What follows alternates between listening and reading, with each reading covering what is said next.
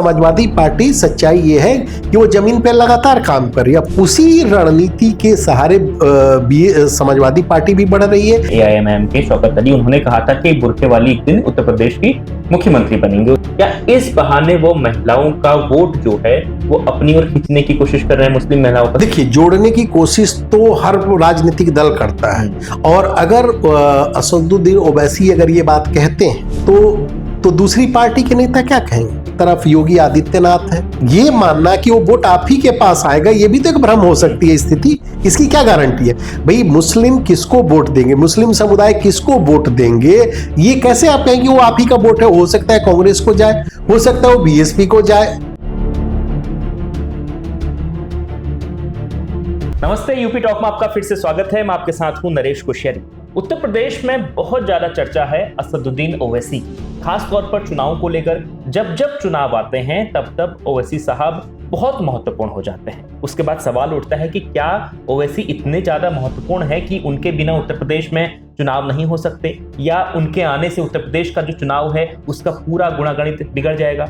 इन तमाम चीजों पर बातचीत करेंगे, और बातचीत करने के लिए मेरे साथ हैं विजय शंकर सर। और विजय शंकर सर लगातार हमारे साथ रोजाना आप यूपी टॉक में रहते हैं सर, और खास तौर पर जो शो हमने बना रखा है बहुत पसंद भी कर रहे हैं हमारे दर्शक सभी।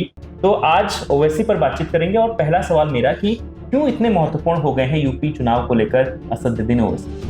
देखिए, यूपी की आबादी में मुस्लिम वोटरों की जो संख्या है 19 से 20% के आसपास है। यानी हर पांचवा जो वोटर है वो मुस्लिम समुदाय से आता है। और अगर ओवैसी की जो स्टाइल है, जिस तरह की वो राजनीति कर रहे हैं और जिस तरह से वो अपनी पार्टी AIMIM का विस्तार कर रहे हैं, उससे उनको यूपी में अपने लिए बड़ी संभावना दिख रही है। इसकी वजह भी है, इस बार भी बिहार विधानसभा चुनाव में जब उनकी पार्टी ने किस्मत आजमाया तो 5 सीटें जीती। ये बड़ी कामयाबी थी। इससे पिछला यानी 2020 का जो विधानसभा बिहार का चुनाव था उसमें भी 4, मुझे अगर याद है ठीक से, तो 4 सीटें जीती। और बिल्कुल सबको हैरान कर दिया था कि हैदराबाद के ओवैसी ने बिहार में ये कैसे कर दिया। मुंबई में भी अच्छा, मुंबई में भी अभी हाल में उन्होंने प्रदर्शन किया। तो ओवैसी की जो पतंग है वो अपनी पतंग को नई ऊंचाई देने में लगे हुए हैं, और उनको लग रहा है कि जो यूपी का जो सामाजिक ताना बाना है उसमें वो अपनी पार्टी का विस्तार कर सकते हैं। लेकिन उनके सामने चुनौतियां भी बहुत हैं, और वो जानते हैं कि यूपी में पैर जमाना इतना आसान नहीं है। लेकिन कोई भी राजनीतिक दल अगर अपने पिछले अनुभवों के आधार पर हार मान ले या चुप बैठ जाए तो उसकी कामयाबी नहीं, उसकी कामयाबी इसी बात में है कि वो किस तरह से अपना विस्तार करता है। तो अपने विस्तार प्लान पर ओवैसी काम कर रहे हैं, यूपी के मिजाज के हिसाब से बयानबाजी कर रहे हैं, उनके भाई भी बयानबाजी कर रहे हैं, और उनकी पार्टी से जुड़े लोग यूपी में गठबंधन को लेकर भी, गठबंधन किसके साथ किया जाए, कैसे किया जाए, इस पर भी काम कर रहे हैं। अगर आप देखिए तो मायावती जी ने साफ साफ कहा है कि वो किसी के साथ गठबंधन नहीं करेंगी, जबकि अगर उनकी ओवैसी की पार्टी की तरफ से जो सिग्नल दिया जा रहा था वो ये कि BSP के साथ गठबंधन पर बातचीत चल रही है। इसी तरह से अगर देखा जाए तो समाजवादी पार्टी के साथ भी भीतर खाने ओवैसी चाहेंगे कि हम गठबंधन करें, लेकिन शायद समाजवादी पार्टी इसके लिए तैयार नहीं हो, क्योंकि ओवैसी जितनी सीटों पर उम्मीदवार उतारना चाहेंगे वैसी स्थिति बन नहीं रही है। इसके साथ अगर देखा जाए, अगर कोई तीसरा मोर्चा अगर यूपी में बनता है तो उसमें जरूर एंट्री की कोशिश ओवैसी करेंगे, और उनकी कोशिश होगी कि उनको इतनी मुस्लिम बहुल सीटों में इतनी सीटें मिल जाए जिसमें से कुछ को वो निकाल सके। ओवैसी को लेकर सर बहुत सारे सवाल लोगों के मन में है, खासतौर पर उत्तर प्रदेश के। पहला सवाल तो ये है कि ओवैसी को लेकर एक जो टैग पीछे से लगा हुआ है कि बीजेपी की बेटी में जहां जहां जाते हैं वहां भारतीय जनता पार्टी को फायदा होता है, मुस्लिम वोट बढ़ जाते हैं। और दूसरा ये है कि उत्तर प्रदेश की जनता भी ये मानती है, और उत्तर प्रदेश के खासतौर पर मुस्लिम जो वोटर हैं उनके मन में एक ये बात रहती है कि वो चाहते हैं कि ऐसी कोई पार्टी हो जो मजबूती के साथ उनके साथ खड़े रहे हैं। और इस वक्त उत्तर प्रदेश में पिछले जो 24 का चुनाव था उनमें सपा नजर आई, और सपा को वोट दिया, ओवैसी साथ तब भी फेल नजर आए। क्या इस बार, लेकिन उसके बावजूद भी ओवैसी बहुत सारी सीटों पर गुणागणित बिगाड़ते हैं, तो बीजेपी के लिए वो फायदेमंद है, या फिर वो सपा के लिए नुकसान करेंगे, या फिर वो किसी तीसरे मोर्चे में जाकर इन दोनों का गुणागणित बिगाड़ेंगे? अक्सर हम लोग, मैं कहता भी हूँ कई बार, और राजनीतिक का जो मिजाज होता है उसमें ये होता है कि राजनीति गणित से नहीं रसायन से चलती है, और कब कौन सा रसायन काम कर जाए ये कहना मुश्किल है। लेकिन ओवैसी यूपी के राजनीतिक अखाड़े में कहाँ खड़े, अगर इसको आंकड़ों की भाषा में समझने की कोशिश की जाए तो क्या दिखता है, कैसी तस्वीर दिखती है। मैं थोड़ा सा भी आंकड़ों पर गौर कर रहा था, तो 2022 का अगर आप यूपी इलेक्शन का आंकड़ा देखें तो बीजेपी 376 सीटों पर चुनाव लड़ती है, 255 जीतती है, 115 सीटों पर रनर अप रहती है, और तीसरे जगह नंबर पर 5 उम्मीदवार रहते हैं। टोटल बीजेपी को कितने वोट मिलते हैं? 3 करोड़ 80 लाख से ज्यादा। इसके बाद ये परसेंटेज में निकाला जाए तो 41-42% के आसपास बैठता है। इसी तरह समाजवादी पार्टी 347 सीटों पर चुनाव लड़ती है, 111 पर जीतती है, 223 सीटों पर रनर अप रहती है, और वोट कितने मिलते हैं? 2.95 करोड़, यानी 2 करोड़ 95 लाख से ज्यादा अंतर नहीं है। कांग्रेस 399 सीटों पर है, 2 पर जीतती है, 4 सीटों पर रनर अप रहती है, और वोट जो है वो उसी तरह से जो उनके बढ़ते। इसी तरह बीएसपी की जब बात करते हैं 13% वोट ले आती है, 403 सीटों पर उम्मीदवार उतारती है, जीतती सिर्फ 1 सीट पर है, 18 पर रनर अप वाली स्थिति में रहती है, तीसरी पोजीशन पर 348 सीटों पर रहती है, और वोट कितने मिलते हैं? 1 करोड़ 18 लाख से ज्यादा। अब चलिए जरा, ये तो बड़ी पार्टियां हैं जिनके बारे में हमने बीजेपी के बारे में बात की, उनका बताइए।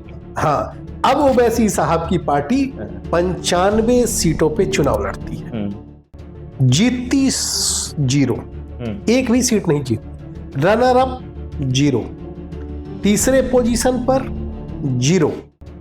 ये कॉन्फिडेंस देखिए, इसी को राजनीति में कहते हैं ओवैसी साहब। और कुल वोट कितने मिलते हैं? सिर्फ 4.5 लाख के आसपास। परसेंटेज में निकालिए तो कितना होगा? 0.5% से भी कम। तो आप सोचिए कि यूपी की राजनीति में ओवैसी एक ऐसे खिलाड़ी हैं जिनका पिछले चुनाव में रिपोर्ट कार्ड इतना रहा कि करीब 4.5 लाख वोट ही उन्होंने ले आए, लेकिन शोर कितना हुआ उनकी चुनावी रैलियों का, चुनावी बयानबाजी का। अब ये ध्रुवीकरण करने में किसको मदद करते हैं, यूपी के मुसलमान उन पर कितना भरोसा करते हैं, और किस तरह से चुनाव में वो अपनी कहते हैं ना कि मौजूदगी को दर्ज कराते हैं, ये तो अभी इसमें बहुत समय है। लेकिन ये जरूर है कि ओवैसी के बयान लगातार आएंगे, बातें बहुत सी कही जाएंगी, और हो सकता है उसके आधार पर एक ध्रुवीकरण हो और उसका फायदा जिस कहते हैं अपने हिसाब से उसमें देख। सर, मेरे को दिल्ली का विधानसभा चुनाव याद आ रहा है। दिल्ली में जब ओवैसी अपने कैंडिडेट को उतारे उन्होंने पिछली बार, तो कहीं से कहीं तक लग नहीं रहा था कि ओवैसी की पार्टी 2nd नंबर में रह सकती है या फिर 3rd नंबर में रह सकती है। एग्जाम्पल करता हूँ ओखला की सीट का। ओखला की सीट पर ऐसा गुणा गणित बिगाड़ा ओवैसी साहब ने कि वहां से अमानतुल्लाह खान को भी जीतना बहुत मुश्किल हो गया था। एक वक्त में ऐसा कहा जा रहा था कि उनका जो कैंडिडेट लग रहा था वो जीत जाएगा। वहीं पर दूसरी बात करता हूँ, मोहन बिष्ट जो एमएलए है, सीट का नाम या मुझे याद नहीं आ रहा, कोई मुस्लिम बहुल सीट है, वहां पर 70-80% मुस्लिम है, वहां से बीजेपी का कैंडिडेट जीत गया। बताइए। तो देखिए ना, इसको थोड़ा दूसरे तरीके से, कई बार वोट क्या होता है ना, कैंडिडेट का भी होता है, पार्टी का भी होता है। ये सच है कि ओवैसी अपना संगठन मजबूत करने के लिए लगातार कोशिश कर रहे हैं। हम इनकी छोड़ देते हैं दिल्ली में, हम बात कर रहे हैं यूपी की बात करें 2022 में ही देखिए ना, ये भी ऐसा माना जा रहा है। आप ये कैसे कह सकते हैं कि जो वोट अगर किसी का कम हुआ तो उसकी वजह से, ओवैसी की वजह से कम हुआ या नुकसान हुआ? ये तो हम लोग बाद में कहते हैं ना कि एक आंकड़े निकाल के कि भाई अगर ये मान लिया कि ये वोट आप ही का है, अगर कोई कहता है, मान लीजिए कि समाजवादी पार्टी कहती है कि हमारे इतने वोट कम हुए, इस वजह से हम हारे, तो ये मानना कि वो वोट आप ही के पास आएगा, ये भी तो एक भ्रम हो सकती है स्थिति। इसकी क्या गारंटी है? भाई मुस्लिम किसको वोट देंगे, मुस्लिम समुदाय किसको वोट देंगे, ये कैसे आप कहेंगे वो आप ही का वोट है? हो सकता है कांग्रेस को जाए, हो सकता है वो बीएसपी को जाए।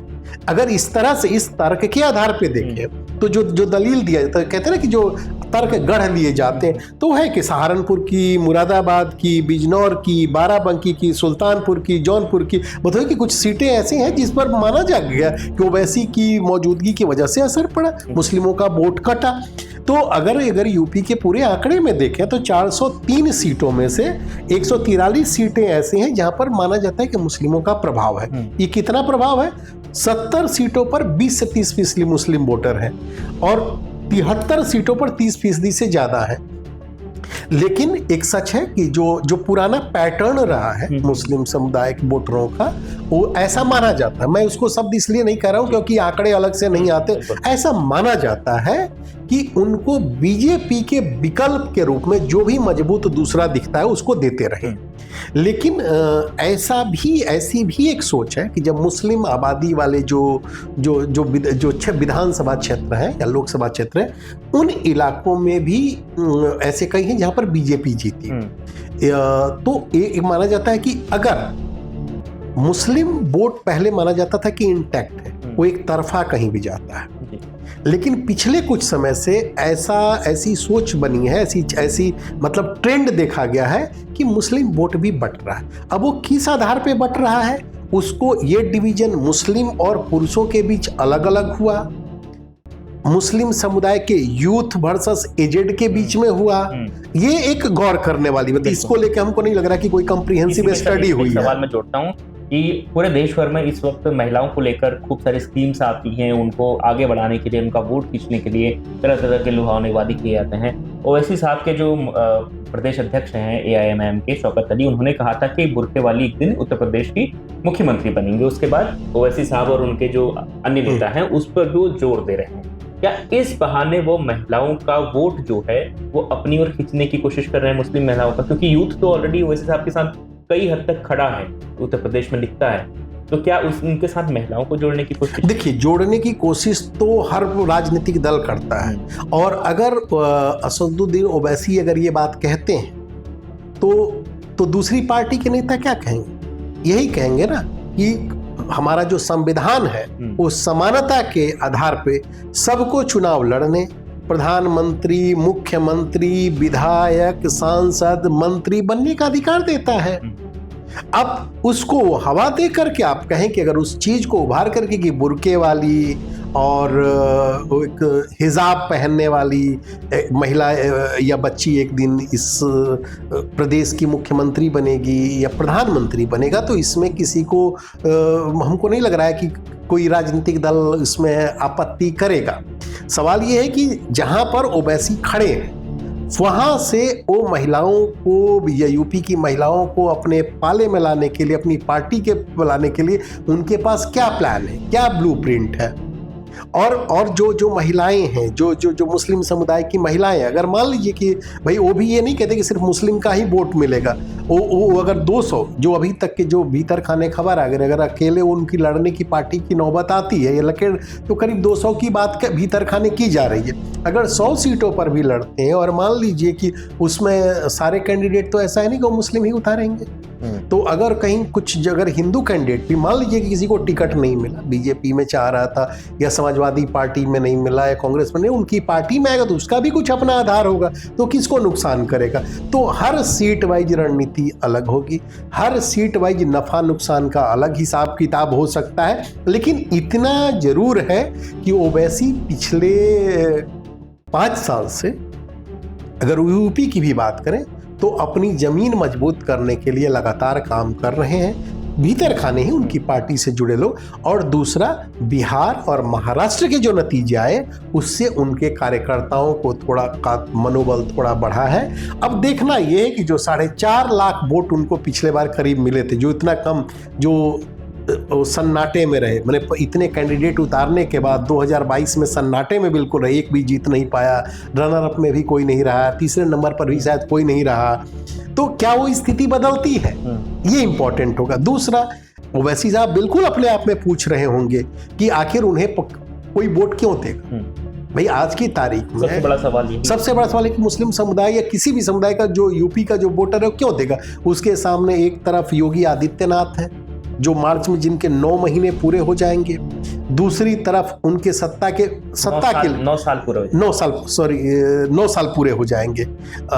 उसके बाद दूसरा जो वहाँ पर समाजवादी पार्टी है जो बिल्कुल एक तरह से, जो अगर पिछले आंकड़ों को भी देखें तो उसके आधार पर एक दावेदार की तरह, मजबूत दावेदार के रूप में खड़ी है। और समाजवादी पार्टी, सच्चाई ये है कि वो जमीन पे लगातार काम कर रही है, अपने कार्यकर्ताओं को उसी स्ट्रेटजी के साथ चार्ज कर रही है, संगठन को मजबूत करने के लिए भीतर खाने काम कर रही है, जिस स्ट्रेटजी के साथ बीजेपी बढ़ती रही है। तो समाजवादी पार्टी की रणनीति में भी जो 2027 के लिए एक तरह से जिस तरह का बीजेपी का फुल फ्लेजेड प्लान है, होता है कि एक एक वोट को कैसे साधे, एक एक वोट को कैसे साधे, उसी रणनीति के सहारे समाजवादी पार्टी भी बढ़ रही है। अभी देख रही है कि हमारा कहीं डैमेज ना हो, नुकसान ना हो किसी कैंडिडेट के आने की वजह से या ज़्यादा फाइट बढ़ने की वजह से। दूसरा, महिलाओं को कैसे साधे, महिलाओं को साधने के लिए मुझे लग रहा है कि वो डिम्पल यादव का भी पूरा इस्तेमाल चुनाव में प्रचार से लेकर रणनीति तक में किया जाएगा। मुझे लग रहा है महिलाओं को टिकट भी बांटने में समाजवादी पार्टी अच्छी, मैंने कि कहते हैं ना कि थोड़ा मैंने आगे रहने वाली है। कोशिश करेगी कि अलायंस भी हो, अब लेकिन अब कितना कर पाती है, उसमें कामयाबी मिल पाती है, मतलब जिससे वोट बटे ना। तो करीब 9 साल से तो पावर से बाहर है यूपी, तो कोशिश रहेगी किसी भी कीमत पर। चुनाव में जो जीत मिली है, कॉन्फिडेंस थोड़ा कॉन्फिडेंस बढ़ा है, तो इसीलिए उन लोग की जो समाजवादी पार्टी की स्ट्रेटजी, अगर थोड़ा सा हम पूरे बेसिकली, मुझे याद है अच्छी तरह से जब 2024 की बात आप कर रहे हैं, तो समाजवादी पार्टी के नेताओं से जब अकेले में भीतर खाने जब बात होती थी कि 80 में से कितने, तो कोई भी इस स्थिति में नहीं था जो मैंने जितने से बात हुई कि जो ये कह सके कि 10 से ज़्यादा सीटें आए, लेकिन नतीजा सामने है। तो पब्लिक जो है ना, पब्लिक आखिरी फैसला जो है ना वोटर का होता है, और वोटर देख रहा होता है सब कुछ। वो बिल्कुल वो बोलता नहीं है, वो बोलता है अपने वो ईवीएम पर बटन दबा के ही। तो अब देखना ये है कि ओवैसी की एंट्री से समाजवादी पार्टी को नुकसान होता है या ओवैसी उनके साथ किसी तरह से जुड़ जाते हैं, या कोई एक दूसरी रणनीति होती है, या देखना है कि ओवैसी की एंट्री की वजह से बीजेपी को फायदा होता है या नुकसान होता है। तो ये राजनीति में जो सवाल होते हैं ना, अगर मगर में होते हैं, अगर मगर में चीज बिल्कुल ऑब्जेक्टिव जैसा नहीं होता है, यस और नो में नहीं चलता है। तो अभी बहुत समय है, और उसमें हमको लग रहा है कि जिस रणनीति के साथ ओवैसी आगे बढ़ रहे हैं, उसमें वो उनकी कोशिश होगी कि बिहार जैसा ही नतीजा 2027 यूपी में दिखे। कम से कम 0 वाली स्थिति तो नहीं रहे। एक दूसरी, रनर अप में भी उनकी कुछ कैंडिडेट्स रहे, हाँ, 3rd प्लेस पर भी रहे, और वोट शेयर भी उनकी कोशिश होगी कि कम से कम जो पिछले बार वाली स्थिति थी 0.5% के आसपास, वो तो नहीं रहे। तो पतंग उनकी, बेसिकली पतंग यूपी के आसमान में कितनी ऊंची जाए, ये उनकी स्ट्रेटजी लगातार किस तरह से काम करेंगे, कैसे, उस पर निर्भर करती है। बहुत अभी समय बाकी है। बिल्कुल। अब आखिरी सवाल हम दर्शकों के लिए छोड़ देते हैं। देखिए, उत्तर प्रदेश की राजनीति में हालांकि अभी चुनाव में वक्त है 2027 का, लेकिन उससे पहले जो बातचीत है या प्रचार प्रसार है या फिर गुणागणित जो अलायंस को लेकर बातचीत हो रही है, उसको लेकर खूब उठक पटक हो रही है उत्तर प्रदेश में। और उत्तर प्रदेश में क्योंकि मुस्लिम वोट जो है वो बेहद महत्वपूर्ण है, तो इसलिए उसकी बातचीत हो रही है, और इसी बातचीत के बीच में ओवैसी साहब की एंट्री भी होती है उत्तर प्रदेश में। अब आपके लिए हम एक सवाल छोड़ रहे हैं, आप ये बताएं कि उत्तर प्रदेश में इस बार असदुद्दीन ओवैसी क्या 5 सीटें तक जीतने में कामयाब हो पाएंगे या नहीं? आप कमेंट करें, या फिर आपको लग रहा है कि इससे ज्यादा सीटें जीतेंगे या नहीं जीतेंगे, वो भी आप कमेंट कर जरूर बताएं। और आपका मुद्दा क्या है, आप अगली डिस्कशन में कौन से मुद्दों पर बातचीत चाहते हैं, अगर आप कमेंट करके बताएं तो हमारे लिए बहुत आसान हो जाएगा कि हम आपकी बात को उस पर एक एनालिसिस कर पाएं और आप तक वो बातें पहुंचा पाएं। लगातार हमारे साथ जुड़े रहने के लिए आपका बहुत बहुत शुक्रिया। देखते रहिए News 24 उत्तराखंड।